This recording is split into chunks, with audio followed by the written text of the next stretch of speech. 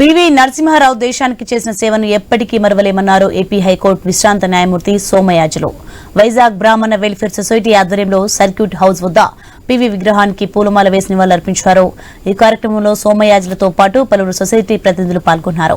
PV చేసిన సంస్కరణలు ఇప్పటికీ అమలవుతున్నాయన్నారు. భారత ఆర్థిక వ్యవస్థను గాడిలో పెట్టిన మహోన్నత వ్యక్తి పివి నరసింహారావు అని గుర్తు చేశారు. బ్రాహ్మణ వెల్ఫేర్ సొసైటీ ప్రతినిధి రామకోటయ్య.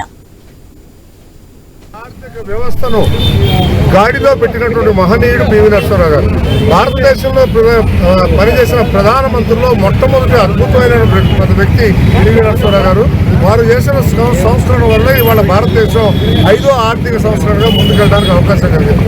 ఇవాళ చేసినటువంటి దేశానికి దిశానిర్దేశం చేసినటువంటి మహనీయుడు పివి నరసింహారావు గారు. ఆయన చేసినటువంటి కార్యక్రమాలని చెప్పడానికి అరివి కాదు.